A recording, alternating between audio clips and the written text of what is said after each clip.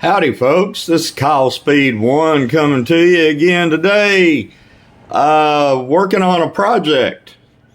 This is my corn oil candle, and I made it out of, if you can believe this, a 45 ACP casing, which I cut the back half of it off with a Dremel, and then I coiled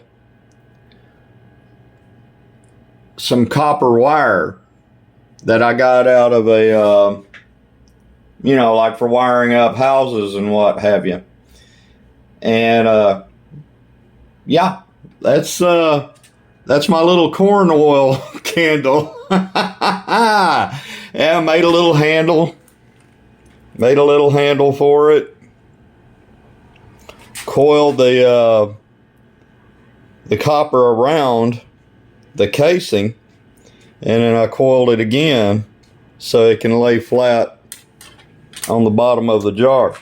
And you don't have to fill it up very much. Now, right now, the wick I'm using is not very productive. It's from an old black t-shirt that's a cotton t-shirt, and I soaked it in corn oil, and this is used corn oil, by the way. So, you can use vegetable oil, you can use olive oil, which actually olive oil is better. And you can use the cheapest olive oil. You don't have to go out and buy the extra virgin type of olive oil. And basically, folks, my Dremel, pair of needle nose pliers, my soldering iron, which if I had cut the wire long enough to do all the coiling around the wick holder and to do the base, I would have had enough to come up and actually make the handle. But I didn't, so I had to strip some 16 gauge wire, stranded wire, and solder that handle onto the base of the coil. So this is my first time out with working with this. Puts out quite a bit of light. Let me turn the kitchen light out. I'll try to stay on topic. Don't mind the mess. Yeah, it's putting out quite a bit of light.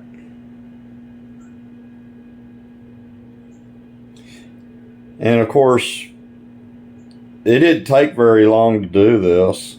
If you've got some old mason jars, or like this one here used to contain sea salt. But I saw this video on YouTube and it prompted me to give this a try. And believe it or not, you can use even, now you have to vent it, but you can even use your used motor oil out of your lawnmower, out of your car. Yeah, you can actually reuse your motor oil and make an oil burner. Now, what I've got coming is carbon felt sheet, which plumbers use to prop up against the wall or something they want to keep the heat off and protect, and while they're soldering the pipes together, the copper or brass pipes together, okay? And they call this, people have experimented with it, they call this the Forever wick, which apparently the carbon doesn't ever burn.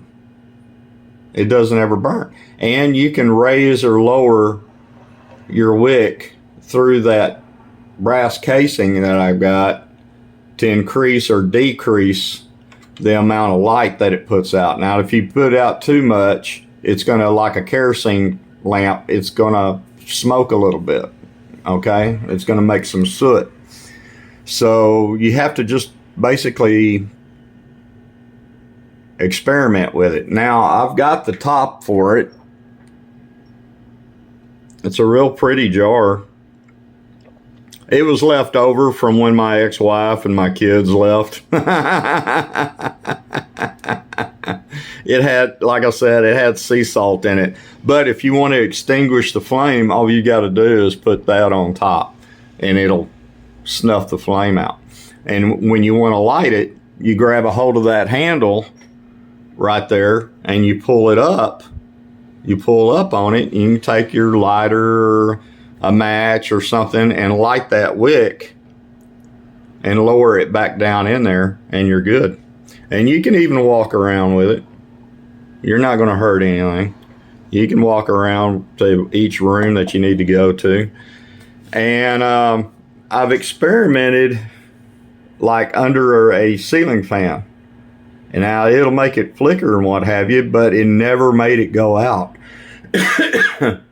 So that's my do-it-yourselfer for this coming weekend. I might try a couple of more different setups, like with this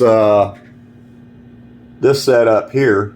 Instead of using those T candle lights, I may coil me some wire in that brass casing and just use the reservoir down there to hold the oil, which will be perfect, so that will heat up the scented wax at the top of it and make your house smell good. And it burns for hours.